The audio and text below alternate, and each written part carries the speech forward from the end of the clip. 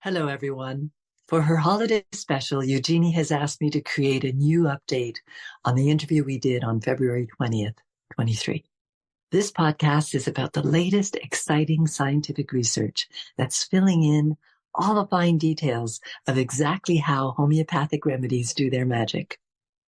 I'm JudyAnne McNamara, the founder of MICHE, the Montreal Institute of Classical Homeopathy. MICHE is an international school of leading-edge holistic homeopathy that has been in operation since 2005. Our website is MICH, all in one word, .com. You'll find interesting blog articles. You can subscribe to our newsletter or email us at info@michmontreal.com or follow us on Instagram. What distinguishes our school, our teachings, and our approach is a holistic psychobioenergetic understanding of life, health, and homeopathy. As a graduate of quantum and biophysics, I had come to an understanding of exactly how the homeopathic remedy works, which is now supported by current leading-edge research, which I want to share with you today. My teaching team and I have also developed a methodology for case taking and prescribing based on this leading edge understanding. And I'll talk a little bit about that as well. So let's dive in. Have you ever wondered exactly how the homeopathic remedy can cause an almost instantaneous whole body mind response? If you've ever given homeopathic chamomilla to a screaming, teething baby and seen its instant transformation to a quiet, calm baby, or how quickly a bee sting pales and stops itching with homeopathic aphis, then you've witnessed what really appears to be magical. And it's usually after we've seen such a response to homeopathic remedy that we become fascinated with homeopathy. Unfortunately, it's the same magical aspect that causes questioning and skepticism that often results in the false conclusion that homeopathy is a placebo. People imagine it's a placebo because they have no other plausible, scientifically based explanation of the rapid, effective, whole organism effects that homeopathy has. But Dr. Hahnemann himself was very clear about how it works. In all of his examples, Hahnemann uses field effects, both magnetic and gravitational, to illustrate the action of his remedies. And even though Dr. Hahnemann was also a chemist, he purposely did not explain the action of homeopathic remedies chemically. He chose the very new, because we're talking over 2 centuries ago, and barely explored domain of electromagnetics to explain his dynamically acting medicines. As he says in aphorism 11, obviously, this does not happen through material instruments, nor through mechanical arrangements.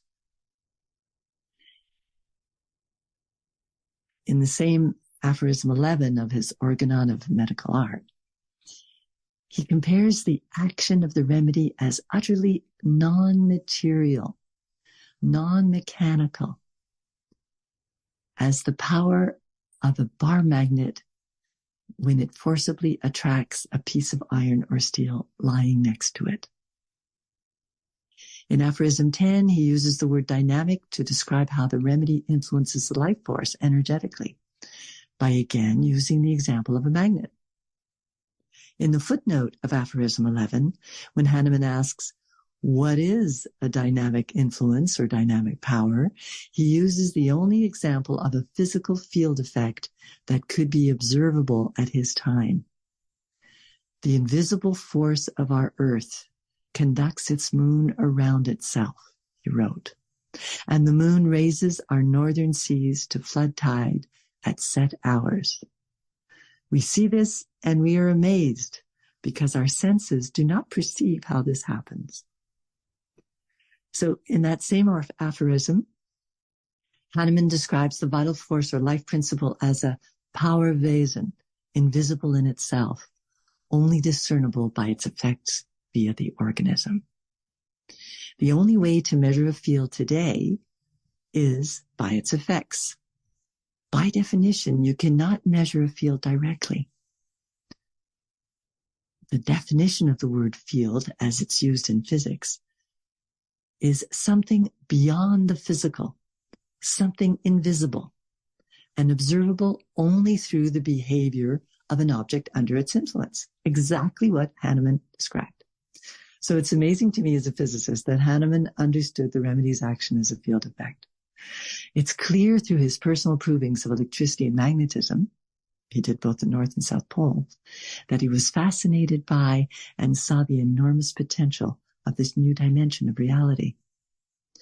So much so that he devoted an entire chapter in the Organon, chapter 12, to the dynamic power of magnets, electricity, and magnetism.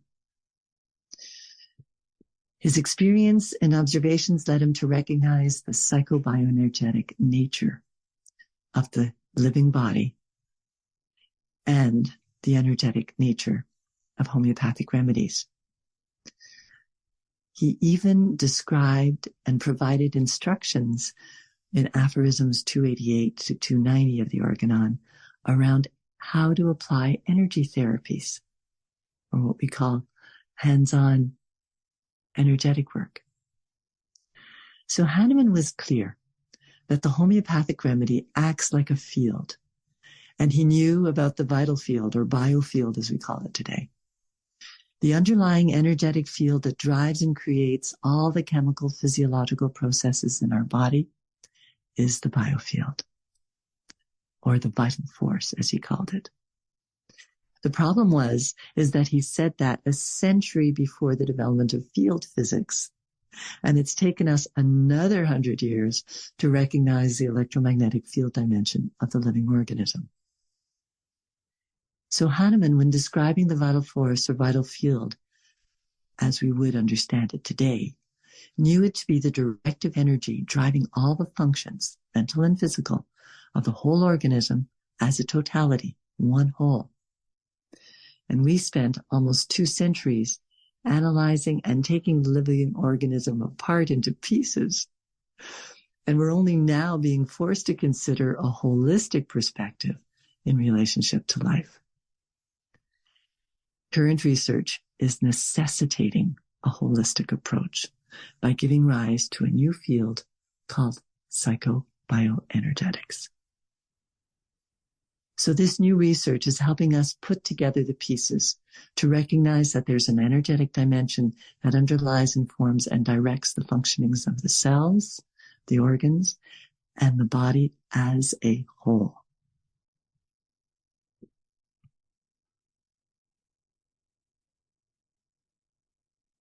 We have started to measure the electromagnetic field of the heart and of the brain. And there's research groups such as the Imaging the Biofield Initiative, who are exploring the field characteristics of the body. They're providing an understanding of the importance of biophotons as the basis of whole body communication. Biophotons are an electromagnetic field. The brain and the nervous system are driven by electromagnetic waves that carry neurotransmitters across nerve synapses so that nerves can connect, communicate, and process information. We're finally coming to recognize that the living organism is not just a collection of cells, a vat of chemicals, or a machine, but an intelligent, field-orchestrated, psychoenergetic whole. What we are recognizing is that the chemical mechanical model that we've been holding of life and the human being is too limited. That's what's necessitating the emergence of this new psychobioenergetic medical model. A new model based on whole body responses, or what we call holisms, not chemical mechanisms, and includes the concepts of consciousness, energy, and subjectivity. So let's get back to what Hahnemann was saying. So there's soon to be published research that vindicates Hahnemann, that demonstrates that the homeopathic remedy has distinctive field properties that can be measured independently of the carrier it is in, be it water or sugar. The remedy action is a holism, not a mechanism, because it's in the form of a field effect. Thus, it affects the entire vital force, or what we call the vital field, at once. There's already been tons of research revealing that the homeopathic remedies cause epigenetic changes in cell genomes, changes that are specific to each remedy, even to different dilutions of the same remedy. Researcher members of the International Research Group on Very Low Dose and High Dilution Effects, also known as GIRI, le Groupe International de Recherche sur l'Infinitesimal, who published the International Journal of High Dilution Research, have shown that a single remedy can produce over 100 changes to the genome. Now, this is really fantastic. But again, how does it do that?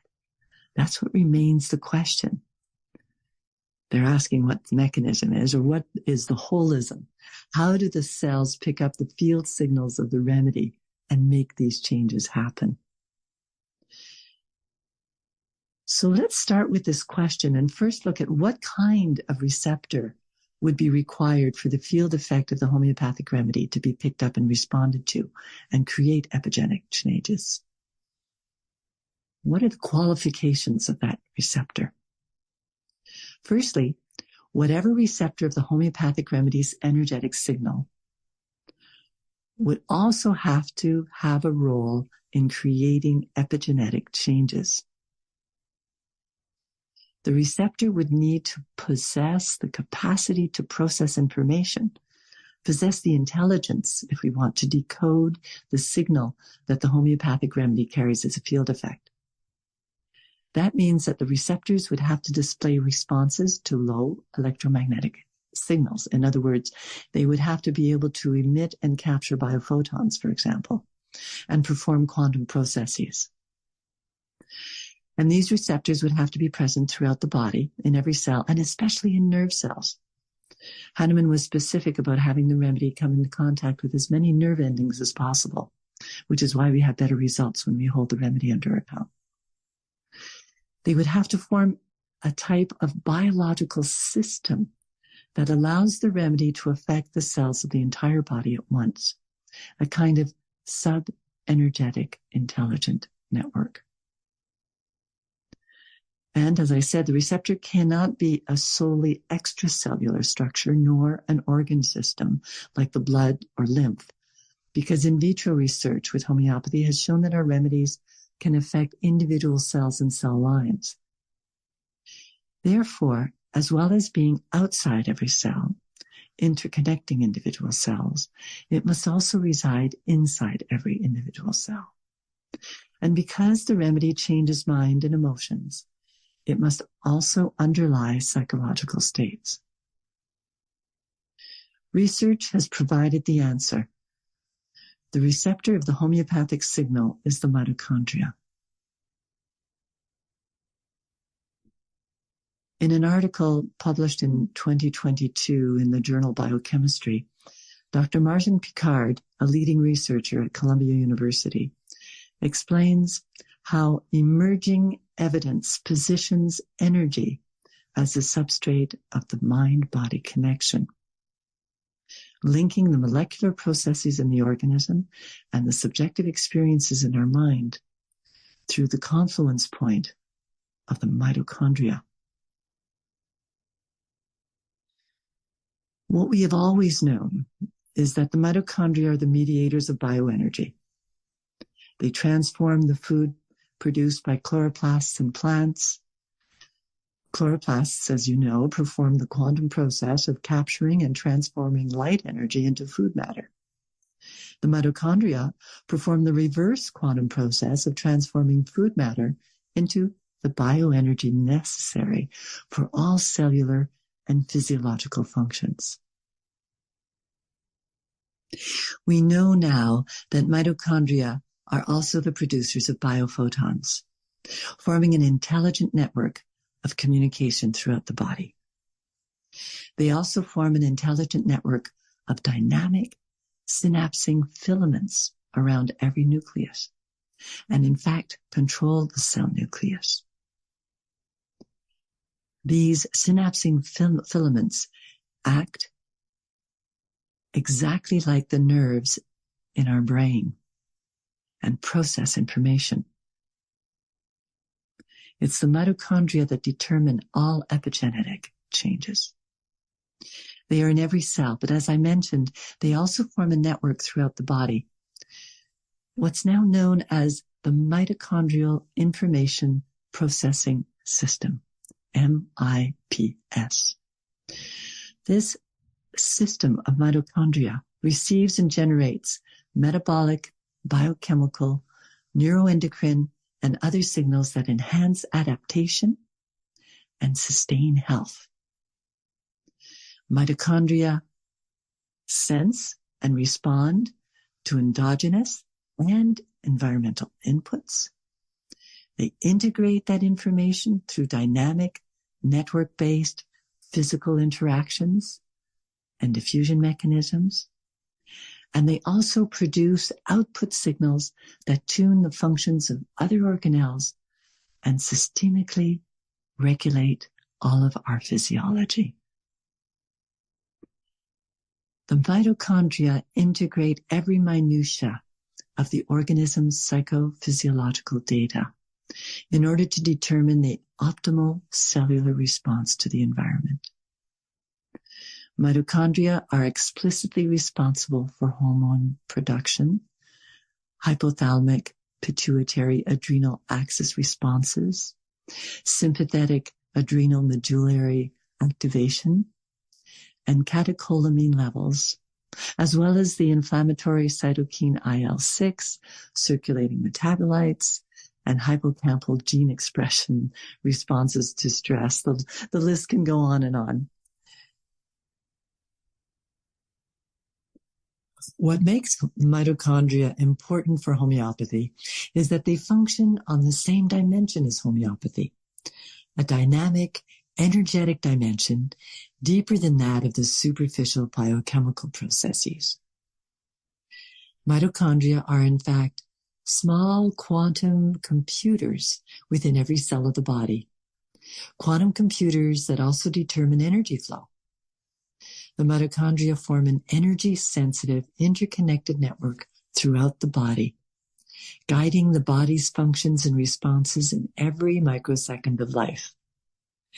The energy configuration that underlies all physiological functions, what homeopaths call the vital force or vital field, is configured and maintained by the mitochondria. They're the only organelles that we know of that would be capable of intercepting, interpreting, and acting on the homeopathic signal. And if you want to see what they look like, you can watch the video podcast that Eugenie made with me on February 20th, 2023 on Eugenie's YouTube channel. So let's recap. We now have evidence of the field effects of the remedies. We now know, through hundreds of experiments, that the remedies cause specific epigenetic changes. And we now know that it is the mitochondria that cause those changes. So how it works is that the signal of the homeopathic remedy, as a field effect, gets picked up by the mitochondria of the nerves in your mouth, or whatever part it's in touch with. The mitochondria, as an interconnected, dynamic, extracellular and intracellular network, process the information in the remedy signal at a quantum speed and create epigenetic changes in the cell nucleus, as well as coordinate changes throughout the body, both energetically and chemically. Okay, so now the obvious next question for every homeopath is, how can we find the homeopathic remedy that is going to talk to the mitochondria and bring about the changes required for healing to occur? In other words, what is the key to finding the homeopathic simillimum that's going to speak to the mitochondria? So for that answer, we need to look at another important, relatively recent research discovery around dysfunctional mitochondria. Dysfunctional mitochondria are what cause all the symptoms of a disease, or what we call the pathophysiology. Mitochondria cause pathophysiology via multiple mechanisms, including changes in the gene expression and the epigenome, alterations of the brain structure and functions, abnormal stress activity, inflammation, and signaling that activates cell death and promotes cellular, tissue, and organ aging. So it was the world's leading stress researcher, Dr. Bruce McEwen, and Dr. Martin Picard, the leading mitochondrial researcher at Columbia University, who I mentioned earlier, who discovered that there is a point at which the mitochondria begin to create disease. And that point is called mitochondrial allostatic load, or MAL. Allostatic load is related to how much stress is being experienced. Stress is related to adaptation. The mitochondria decide when you've reached the maximum threshold of your physical or psychological stress, and they make you do something differently to adapt. The mitochondria are the mediators for all adaptation, including all of our fight or flight responses. So what the researchers discovered is that what affects mitochondria the most and causes them to turn on fight or flight responses is stress. And most importantly and significantly, psychological stress. Psychological stress, also called perceived or imagined stress, produces the same physiological responses of fight or flight, stress hormones, cytokines, as the stress caused by an actual physical situation. Like the stress you would experience if you saw a truck speed towards you while you were crossing the street. Well, at least initially, they're the same. The difference is that after the actual physical stressor is over, when you get safely to the other side of the street, the body eventually returns to a relaxed state, and your biomarkers return to normal. So a bit of stress through exercise, physical stress, is very good for you. Physical stress keeps the mitochondria healthy. All movement does. But psychological stress is different, such as getting asked to testify in court or being told that you'd be judged in some way. When we perceive that something could be threatening to what we identify with, what we own, to any part of our sense of self, our image, what people think of us, it makes us nervous and anxious. It stresses us. Psychological stress depends a lot on how we perceive a situation or our environment. For example, if we think our boss is looking for reasons to fire us and we want to keep our job, we will perceive her bad mood or her furrowed brow or sharp comment as threatening to our status quo. And that's going to create stress and add to the mitochondrial allostatic load. So unlike physical exercise or physical dangers, in psychological or perceived stress, the biomarkers stay high and the individual's stress levels gradually continue to increase. The stress levels that rise due to a perceived situation never go away. This form of stress is insidious because our organism automatically adapts to new thresholds of stress, making us totally unaware of the possible effects the stress is having on us. In other words, people go through their lives without realizing that there are stress signals coursing through their body. It's become their new normal. So psychological stress, we now know, is the most important precursor to disease. In industrialized areas, stress is the most important factor in the development of chronic disease in an individual. Psychosocial stressors and related emotional states lead to mitochondrial allostatic load, which in turn leads to disease. So what I'm saying is, in order to talk to the mitochondria, you have to know the language of stress. You have to discover the unique type of fight or flight and survival responses that are occurring in an individual. For almost 20 years at MICH, the Montreal Institute of Classical Homeopathy, we've been developing the MICH method, a comprehensive approach to holistic diagnosis and treatment based on an optimal communication with the mitochondria. And central to our MICH method is pneumodynamic dialogue case-taking.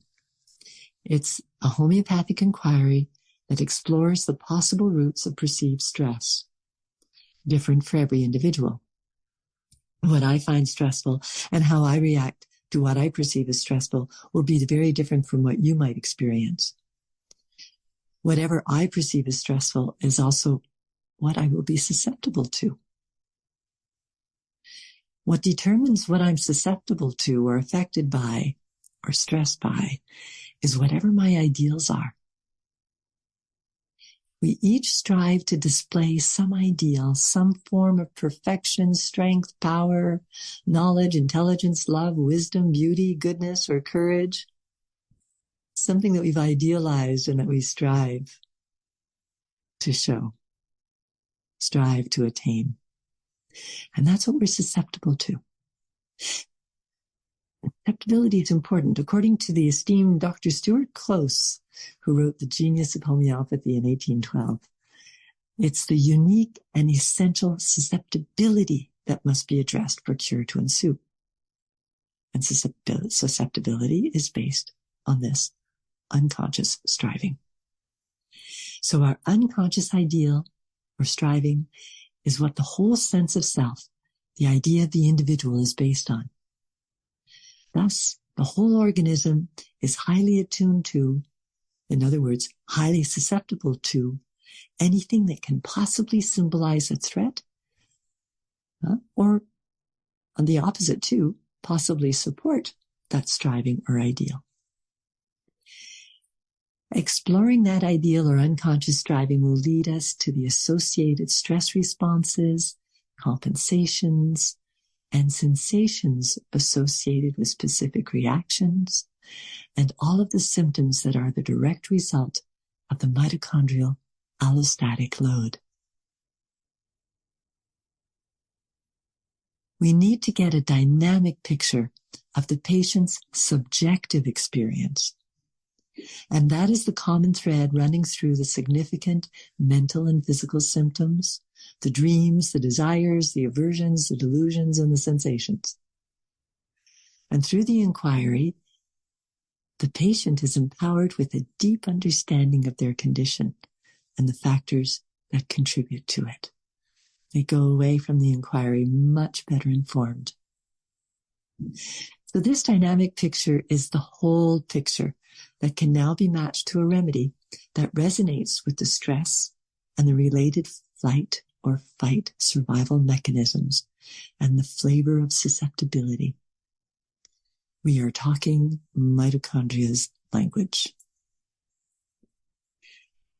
Okay, so I imagine that now you have the question, well, how do we get the whole picture of a remedy?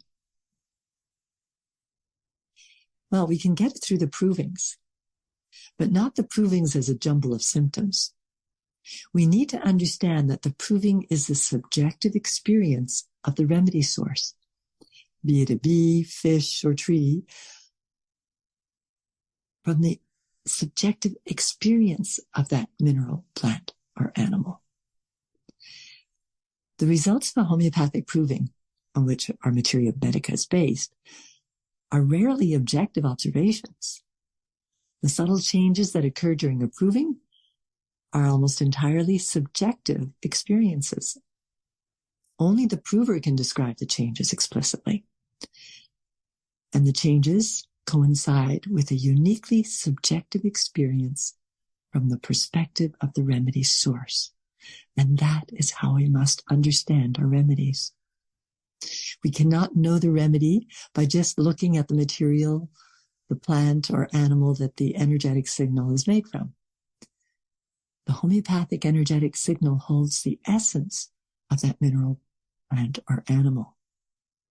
If we look at a proving as a subjective experience of that thing, then we get a subjective understanding that we can match to the subjective experience of our patient.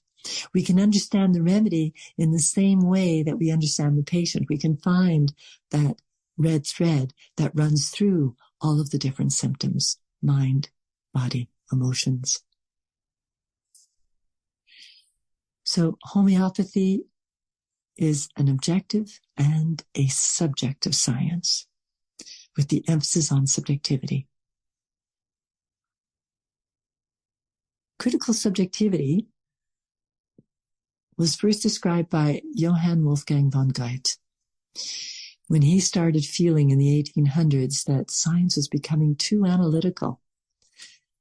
Already he saw the shortcomings of objective, quote-unquote, science in relationship to living things, where there are dimensions of existence in living beings that we cannot begin to know through strictly objective observation.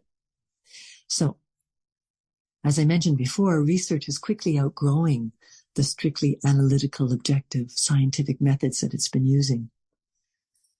Purely objective science, if there were such a thing, focuses on parts and splitting wholes into parts. This leads to analytical error and oversight. Analytical, objective science mistakenly considers the role of the immaterial dimension, that sub-energetic and field dimensions that we've been talking about, as well as consciousness.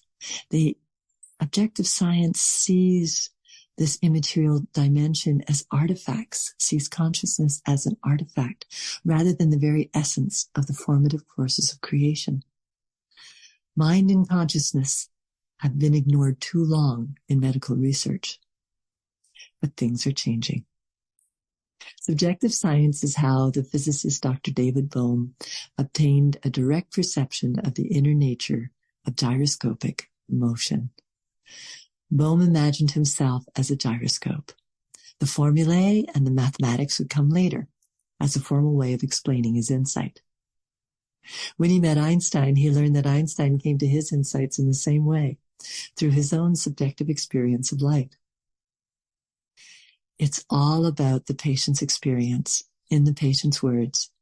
Again, research reveals that patient self-rated health is the single best predictor of how well someone will do and how long they will live over the next 20 to 30 years, more than any kind of laboratory test. So, consciousness, mind, subjective experience, self-perception, stress, susceptibility are directly related to the energetic configuration maintained by the mitochondria. And that is the dimension on which homeopathy works. So what I've tried to explain today is that leading-edge research and the rapidly emerging psychobioenergetic medical model is providing the necessary and long-awaited context and understanding and language for understanding how homeopathy works. Science has finally caught up with Hahnemann's genius. So this is going to be the golden age of homeopathy. So thank you for listening. Wishing you all the best for the holiday season and the new year. And if you'd like to experience or know more about what a case sounds like, looks like, using our method, Adam Fior, who is a Amish homeopath, graduate, naturopath, and our clinical supervisor and a teacher at our school, has also recorded a sample case, a pediatrics case, that I'm sure you will find very informative and very interesting. So take a look for it a little later in this podcast. So thank you very much for your attention. All the best.